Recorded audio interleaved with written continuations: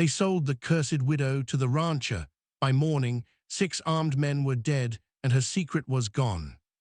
The wagon rattled through Cutter's Bend just after dawn, and every shop owner who saw it cross the main road made the sign of the cross. Esther Morrow sat in the back with her wrists bound, her black dress torn at the hem, and her eyes fixed on nothing. The men who'd brought her weren't lawmen, they were debt collectors, and she was the payment. She'd heard them talking the night before, their voices low around the fire. They said Garrett Hale needed a woman to run his kitchen, mend his clothes, and keep his house from falling into ruin. They said he'd paid $300 for her late husband's gambling debts, and that made her his property now. They said she was cursed, that every man who'd touched her had died or disappeared, and that Hale was either brave or stupid for taking her in. Esther didn't correct them, let them believe what they wanted. The ranch appeared over the ridge like something out of a fever dream, sprawling, windblown, half-wild. Fences sagged in places, and the barn doors hung crooked on their hinges. A windmill creaked in the distance, its blades spinning slow and mournful. The main house was sturdy enough, built from dark timber and stone, but it had the look of a place that had forgotten how to be a home. The men dragged her down from the wagon without ceremony. Her boots hit the dirt, and she steadied herself, refusing to stumble. One of them, a man with a scar running from his ear to his jaw, grabbed her by the elbow and steered her toward the porch. "Hale," he shouted, "got your delivery." The door opened and a man stepped out. Garrett Hale was tall, broad-shouldered, with dark hair that curled slightly at the nape of his neck. His face was weathered, the kind of face that had seen too much sun and too much sorrow. He wore no hat, and his shirt sleeves were rolled to his elbows. His eyes, gray, sharp, unreadable, swept over her once, then fixed on the men. "Untie her," he said. The scarred man laughed. "You sure about that? Heard she killed her last husband with a kitchen knife." "I said untie her." There was something in his voice that didn't leave room for argument. The man grumbled, pulled a blade from his belt, and cut the ropes. Esther's wrists ached where the fibers had bitten into her skin, but she didn't rub them. She stood still, watching Hale, waiting to see what kind of man he was. He paid them without another word, and they left quickly, their horses kicking up dust as they rode back toward town. When the sound of hooves faded, the silence that settled over the ranch was absolute. "You hungry?" Hale asked. She blinked. Of all the things she'd expected him to say, that wasn't one of them. "No," she lied. He studied her for a moment, then nodded. "There's a room upstairs, second door on the left. It's yours. You don't have to do anything today." "I thought you bought me to work." "I did, but you just spent 2 days in a wagon with men who treated you like cargo. Take the day." He turned and walked back inside, leaving the door open behind him. Esther stood on the porch, the wind tugging at her skirt, and tried to make sense of him. Men didn't just buy women and then leave them alone. Men took what they paid for. But Garrett Hale had walked away. She went inside. The house smelled like wood smoke and leather, with a faint undertone of coffee. The furniture was simple but well-made, a table, chairs, a sofa near the fireplace. Everything was clean, which surprised her. She'd expected bachelor squalor, dirty dishes piled high, laundry scattered everywhere. Instead, the place had a kind of quiet order to it. She climbed the stairs, found the room he'd mentioned. It was small but bright, with a window that looked out over the fields. The bed had a quilt, faded but neatly folded. There was a pitcher of water on the dresser and a towel beside it. Esther sat on the edge of the bed and waited for the trap to spring. It didn't. The sun moved across the floor and no one came. She washed her face, braided her hair, and eventually lay down, exhaustion pulling her under before she could fight it. When she woke, the room was dark. She could hear voices downstairs, low, tense. She crept to the door, opened it just enough to listen. "She's not what you think," a man was saying. "That woman's got blood on her hands."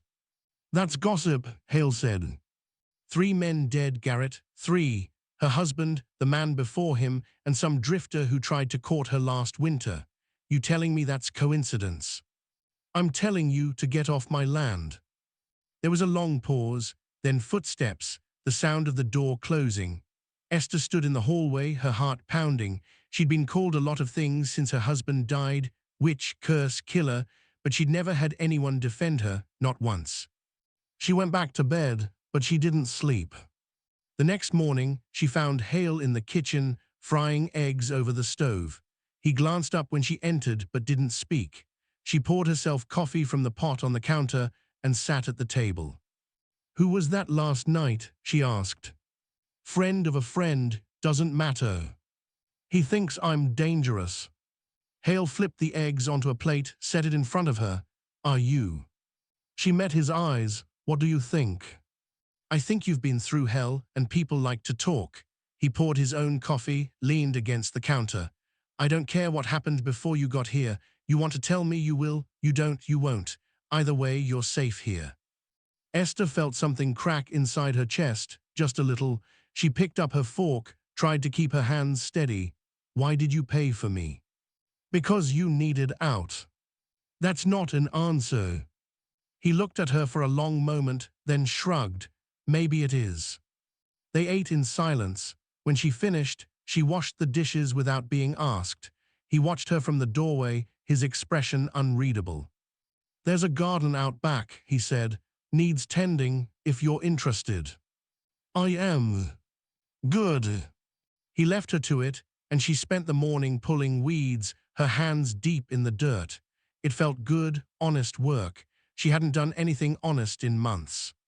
That afternoon, riders came. Esther was inside, kneading dough for bread, when she heard the horses. She looked out the window and saw 6 men, all armed, dismounting near the barn. Hale was out there, working on the fence. He straightened when he saw them, set down his tools. She couldn't hear what they were saying, but their body language was clear. One of them, a big man with a beard and a rifle slung over his shoulder, was doing most of the talking. Hale stood with his arms crossed, shaking his head. The man grabbed Hale by the collar. Esther didn't think. She grabbed the shotgun from the rack by the door and stepped onto the porch. The sound of the hammer cocking made all 6 men turn. "Let him go," she said. The bearded man grinned. "Well, look at that. The cursed widow's got teeth." "I've got more than that." "Put the gun down, lady. This is between us and Hale." "I said let him go." Hale's eyes were locked on hers. There was a warning in them, but there was something else too, something like respect. The bearded man released him, laughed. "You gonna shoot all of us?" "If I have to." "Esther," Hale said quietly, "go inside." "No." One of the other men drew his pistol. Esther didn't hesitate. She fired once, and the dirt exploded at his feet. He stumbled back, cursing. The others went for their weapons, and suddenly everything was noise and smoke and chaos. She didn't remember all of it later. Just flashes, Hale's hand on her shoulder, pulling her behind the porch railing. The crack of gunfire, the smell of powder, the way one man fell with a scream, clutching his leg, another going down hard, not moving. When the dust settled, 3 of them were dead, 2 were bleeding and crawling toward their horses, and the bearded man was on his knees, staring at the hole in his chest. Hale stood over him, pistol still raised. "Should have left when I told you to," Hale said. The man slumped forward. Esther's hands were shaking. She looked at the shotgun, at the bodies, at Hale. He was breathing hard, blood on his sleeve where a bullet had grazed him. "Are you all right?" he asked. She nodded, then she vomited into the dirt. He was beside her in an instant, one hand on her back. "It's all right, you're all right." "I killed them." "You saved my life." "I killed them." He turned her to face him, his hands firm on her shoulders. "Listen to me. Those men came here to take you. They didn't care that you were mine now. They didn't care about the law or what's right. They came to take you, and you stopped them. You hear me? You stopped them." Tears were streaming down her face. She couldn't stop them. "I didn't want this." "I know. I didn't want any of this." "I know." He pulled her against his chest, and she let herself break. She cried for her dead husband, who'd gambled away everything they had. She cried for the men who'd come after her, who'd called her cursed, and tried to use her. She cried for the life she'd lost and the life she didn't know how to build. And Garrett Hale held her through all of it, his arms steady and strong, his voice low in her ear. "You're safe now," he said. "I promise you're safe." The sheriff came the next day, took statements, looked at the bodies. He didn't arrest anyone. Self-defense, he said, clear as day, but he warned them that the men had friends, and friends didn't always see things the way the law did. Hale buried the dead in the far field, marked the grave with stones. Esther watched from the porch, her arms wrapped around herself. When he came back, he was covered in dirt and sweat, and he looked older than he had before. "They'll come for revenge," she said. "Maybe. You should have let me go. You should have sent me away before this happened." He climbed the steps, stood in front of her. "I didn't buy you so I could send you away." "Then why?" "Because when I saw you in that wagon, I saw someone who'd been beaten down by the world and was still fighting.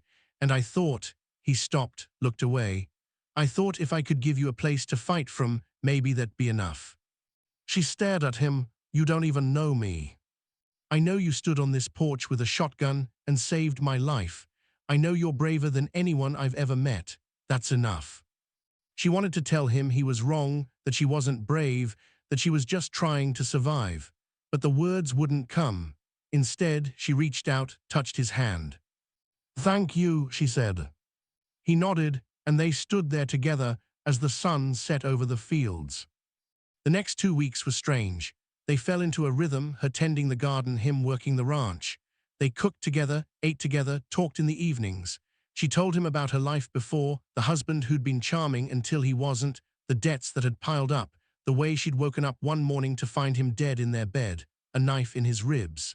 She told him she hadn't killed him, but she'd never been able to prove it. He believed her. He told her about the ranch, how he'd built it from nothing after the war. He told her about the men he'd lost, the friends who'd died beside him. He told her he'd come out here to find peace, and that most days he wasn't sure he'd succeeded. "You have now," she said one night, and he looked at her like she'd given him something precious. The riders came again, on a Sunday. This time Esther saw them first. She was hanging laundry when she spotted the dust cloud on the horizon. She dropped the basket, ran to the house. "Garrett." He was in the barn. He came out fast, saw the riders, swore under his breath. There were more this time, at least a dozen. "Get inside," he said. "Lock the doors." "No. Esther. I'm not hiding." He grabbed her arm, his grip desperate. "Please, I can't lose you." She froze. The words hung between them, raw and real. She saw the fear in his eyes, the way his jaw was set, the way he was already preparing to die for her. She kissed him. It was quick, fierce, and when she pulled back, his eyes were wide. "You're not losing me," she said, "but you're not doing this alone." They took positions, him at the barn, her at the house. The riders came fast, guns blazing. Esther fired from the window, her aim steady. She'd learned how to shoot when she was a girl, back when her father still thought she'd grow up safe. She'd never forgotten. Hale fought like a man possessed. He moved through the chaos with a kind of brutal grace, every shot precise, every movement calculated. But there were too many of them. One made it to the porch. Esther met him at the door with a knife, the same knife she'd used to gut fish and deer, the same knife people whispered about in town. He went down hard, clutching his throat. Another came through the window. She shot him at point-blank range. By the time it was over, the yard was littered with bodies.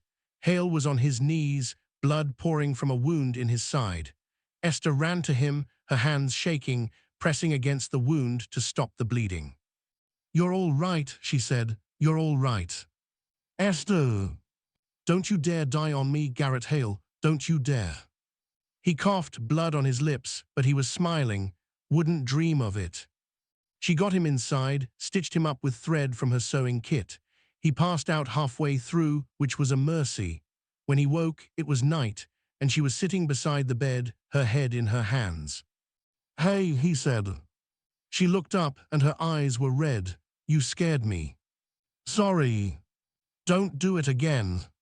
I'll try. She leaned down, rested her forehead against his. I lied. She whispered, I did kill him, my husband.